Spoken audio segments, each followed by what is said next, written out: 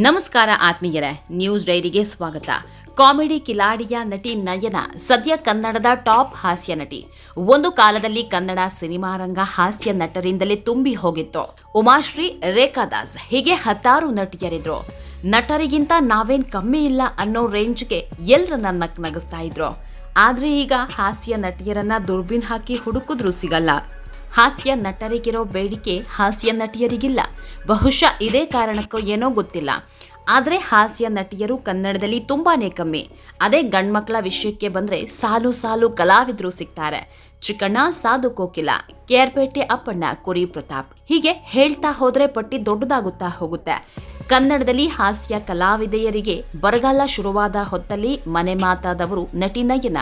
ಪಕ್ಕ ಜವಾರಿ ನಟಿ ಇವರು. ಉತ್ತರ ಕರ್ನಾಟಕದ ನಟಿ ನಯನ ನಾಟಕಗಳ ಮೂಲಕ ಬಣ್ಣದ ಬದುಕಿಗೆ ಕಾಲಿಟ್ಟವರು. ಕಾಮಿಡಿ ಕಿಲಾಡಿಗಳು ಅನ್ನೋ ರಿಯಾಲಿಟಿ ಶೋ ಇವರ ಬದುಕಿಗೆ ದೊಡ್ಡ ತಿರುವು ಕೊಡ್ತು. ಕೇವಲ ರಿಯಾಲಿಟಿ ಶೋಗೆ ಮೀಸಲಾಗಿದ್ದವರು ಇವತ್ತು ಹತ್ತಾರು ಸಿನಿಮಾಗಳಲ್ಲಿ ನಟಿಸಿದ್ದಾರೆ. ಈಗಲೂ ಕೈತುಂಬ ಆಫರ್ ಇಟ್ಕೊಂಡಿದ್ದಾರೆ.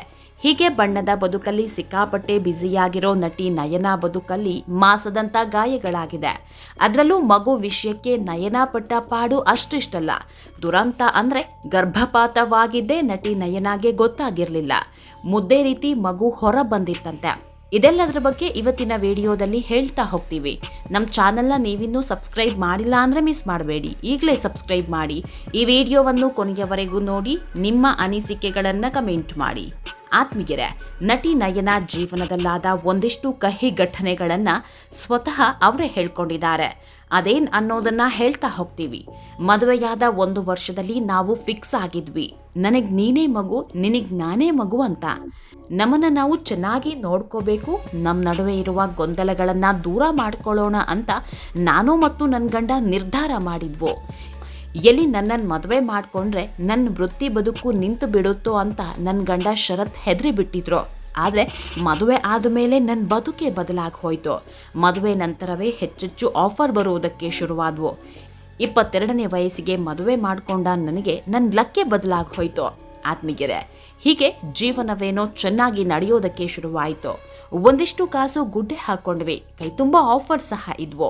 ಹೀಗಾಗಿ ಜೀವನ ಒಂದು ಹಂತಕ್ಕೆ ಬಂದಿದೆ ಅಂದ್ಕೊಂಡು ಖುಷಿಯಾಗೇ ಇದ್ವಿ. ಆದರೆ ಕೊರೋನಾ ಟೈಮ್ನಲ್ಲಿ ನನ್ನ ಜೀವನದಲ್ಲಿ ನಡೆಯಬಾರದ ಘಟನೆಗಳೆಲ್ಲ ನಡೆದು ಹೋದ್ವು. ಅಷ್ಟು ವರ್ಷ ದುಡಿದು ಕೂಡಿಟ್ಟಿದ್ದ ಹಣವೆಲ್ಲ ಕರೋನಾ ಟೈಮ್ನಲ್ಲಿ ಖರ್ಚಾಗಿ ಹೋಯಿತು. ನನಗೆ ಕೋವಿಡ್ ಪಾಸಿಟಿವ್ ಆಗಿತ್ತು. ಆದರೆ ಅದೇ ಸಮಯದಲ್ಲಿ ನಾನು ಪ್ರೆಗ್ನೆಂಟ್ ಆಗಿದ್ದೆ. ನನಗಿದ್ದ ಸಮಸ್ಯೆ ನನ್ನ ಮಗುವಿನ ಮೇಲೆ ಪರಿಣಾಮ ಬೀರಬಾರದು ಅಂತ ಆ ಮಗುವನ್ನು ತೆಗೆಸಿಬಿಟ್ಟೆ. ಆ ನೋವು ನನ್ನನ್ನು ಒಂದಿಷ್ಟು ದಿನ ಕಾಡಿತ್ತು. ಇದೆಲ್ಲ ಆದಮೇಲೆ ಮತ್ತೆ ಜೀವನವನ್ನು ಝೀರೋದಿಂದ ಪ್ರಾರಂಭಿಸಿದ್ವು. ಆಮೇಲೆ ಮತ್ತೆ ಮಗು ಮಾಡಿಕೊಳ್ಳೋ ಮನಸ್ಸು ಮಾಡಿ ಮತ್ತೆ ಪ್ಲ್ಯಾನ್ ಮಾಡಿದ್ವಿ. ಪ್ರೆಗ್ನೆನ್ಸಿ ಟೈಮ್ನಲ್ಲಿ ನನ್ನ ಗಂಡನ ಜವಾಬ್ದಾರಿ ಹೆಚ್ಚಾಗಿತ್ತು. ಅಲ್ಲದೆ ಮ್ಯಾನೇಜರ್ ಆಗಿ ಪ್ರಮೋಟ್ ಆಗಿಬಿಟ್ರು. ಆಗ ಅವರು ನನಗೆ ಸಮಯ ಕೊಡೋದಕ್ಕೆ ಆಗಲಿಲ್ಲ. ಒಬ್ಬಂಟಿಯಾದ ನಾನು ರಾತ್ರಿಯೆಲ್ಲ ಅಳುತ್ತಾ ನಿದ್ರೆ ಮಾಡ್ತಾ ಇದ್ದೆ. ನಾನೊಬ್ಳೆ ಅನ್ನೋ ಭಾವ ಕಾಡೋದಕ್ಕೆ ಶುರುವಾಯಿತು. ಆತ್ಮೀಯರೇ, ನನಗೆ ಮೊದಲಿನಿಂದಲೂ ಆರೋಗ್ಯ ಸಮಸ್ಯೆ ಇತ್ತು. ಜೋರಾಗಿ ಕಿರುಚಿ ಮಾತನಾಡಿದಾಗ ನನ್ನ ಇಡೀ ದೇಹ ನಂಬಾಗಿ ಬಿಡುತ್ತಿತ್ತು. ಗರ್ಭಿಣಿ ಆಗಿದ್ದಾಗ ನಿನ್ನ ಮಗುವಿಗೂ ಈ ಸಮಸ್ಯೆ ಬರುತ್ತೇನೋ ಅಂತ ಹಲವರು ಹೇಳಿದ್ರು. ಆದರೆ ದೇವರು ಆ ಸಮಯದಲ್ಲಿ ನಮಗೆ ಮತ್ತೆ ಮೋಸ ಮಾಡ್ದ. ನನಗೆ ಗೊತ್ತಿಲ್ಲದೆ ಗರ್ಭಪಾತ ಆಯಿತು. ಮುದ್ದೆ ರೀತಿಯಲ್ಲಿ ಮಗು ಹೊರಗೆ ಬಂದ್ಬಿಟ್ಟಿದೆ. ಆ ಘಟನೆಯನ್ನು ನೆನ್ಪು ಮಾಡ್ಕೊಳ್ಳೋದಕ್ಕೂ ಇಷ್ಟ ಇಲ್ಲ. ಆಗ ನನಗೆ ಬದುಕೇ ಬೇಡ ಅನ್ನೋ ಹಂತಕ್ಕೆ ಹೋಗಿದ್ದೆ. ಈ ಘಟನೆ ಆದ ಮೇಲಂತೂ ತುಂಬಾ ಡಿಪ್ರೆಸ್ ಆದೆ.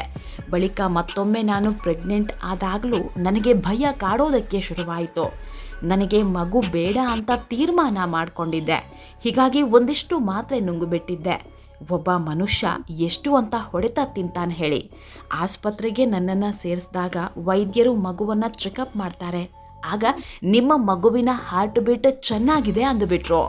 ಆ ಕ್ಷಣವೇ ನನ್ನ ಜೀವನದಲ್ಲಿ ಹೊಸದೊಂದು ಮನ್ವಂತರ ಶುರುವಾಗಿದ್ದು. ನನ್ನ ಮಗುವಿಗಾಗಿ ನಾನು ಬದುಕಬೇಕು ಅಂತ ನಿರ್ಧಾರ ಮಾಡಿದೆ. ಈಗ ನಮ್ಮ ಮನೆಗೆ ಮಹಾಲಕ್ಷ್ಮಿ ಬಂದಿದ್ದಾಳೆ. ಈಕೆ ಬಂದ ಮೇಲೆ ನಮ್ಮ ಬದುಕು ಮತ್ತಷ್ಟು ಬಂಗಾರ ಆಗಿದೆ.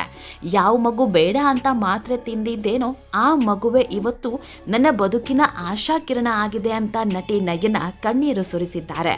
ಹೀಗೆ ನಟಿ ನಯನ ತಮ್ಮ ಬದುಕಲ್ಲಿ ಹತ್ತಾರು ಕಷ್ಟ ಅನುಭವಿಸಿ ಬಂದಿದ್ದಾರೆ. ಎಲ್ಲರನ್ನ ನಗಿಸೋ ನಯನ ಬದುಕಲ್ಲಿ ಹೇಳಲಾರದಂಥ ಹತ್ತಾರು ನೋವುಗಳಿದೆ. ಎಲ್ಲದಕ್ಕೂ ಈಗ ಮಗಳೇ ಮುಲಾಮಾಗಿದ್ದಾರೆ. ಆತ್ಮೀಯರೇ, ಈ ವಿಡಿಯೋ ನಿಮಗೆ ಇಷ್ಟವಾದಲ್ಲಿ ಲೈಕ್ ಮಾಡಿ, ಶೇರ್ ಮಾಡಿ, ಕಮೆಂಟ್ ಮಾಡಿ. ಇನ್ನೂ ನಮ್ಮ ಚಾನಲ್ನ ಸಬ್ಸ್ಕ್ರೈಬ್ ಮಾಡಿಲ್ಲ ಅಂದರೆ ಮಿಸ್ ಮಾಡಬೇಡಿ, ಈಗಲೇ ಸಬ್ಸ್ಕ್ರೈಬ್ ಮಾಡಿ.